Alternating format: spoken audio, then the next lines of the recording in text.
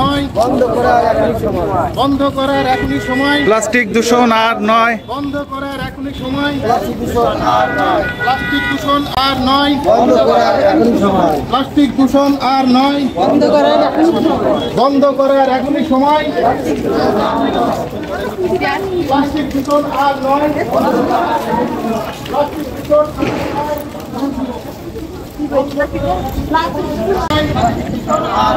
বন্ধ করার এখনই সময়। প্লাস্টিক দূষণ আর নয়, প্লাস্টিক দূষণ আর নয়, বন্ধ করা।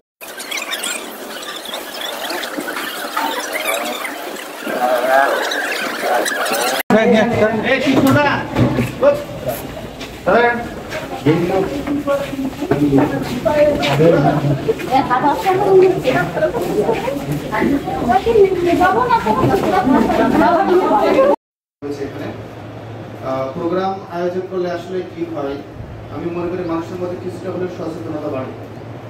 এখানে আমরা যারা এসেছি প্লাস্টিক সম্পর্কে হয়তো বা কিছুটা ধারণা নিয়ে যেতে পারবো। এখানে দাদা বলতেছিল যে 100 বছর 150 বছর 200 বছরের বেশি সময় লাগে, কিন্তু আমরা সোশ্যাল থেকে এরকম একটা উদ্যোগ নেওয়া যায় কিনা, কিন্তু কোনো অনুষ্ঠানে এই ধরনের প্লাস্টিকের উপর ব্যবহারের পরে সেগুলোকে কিভাবে আসলে নষ্ট করা যেতে পারে, একটা জায়গায় এটাকে এরকম ছড়িয়ে থেকে ফেলে না দিয়ে এই ব্যাপারে একটা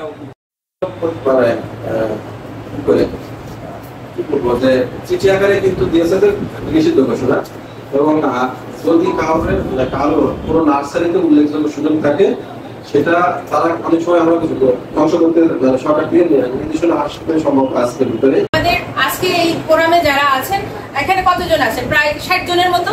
তো এই 60 জন মানুষ যদি আমরা আস্তে আস্তে শুরু করি তাহলে কিন্তু প্লাস্টিক অনেকটা দূষণ কমে যাবে।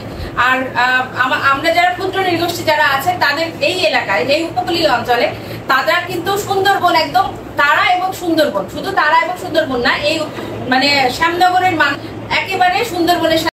তো সুতরাং সুন্দরবন যাতে প্লাস্টিক দূষিত না হয়, প্লাস্টিক জর্জরিত না হয়, সুন্দরবনের যে সকল গাছপালা আমাদেরকে মায়ের মতো করে আগলে রাখে, তাদেরকে যেন আমরা বাঁচাতে পারি, এই বিষয়গুলো আমাদেরকে এখনই কিন্তু বন্ধ করতে হবে।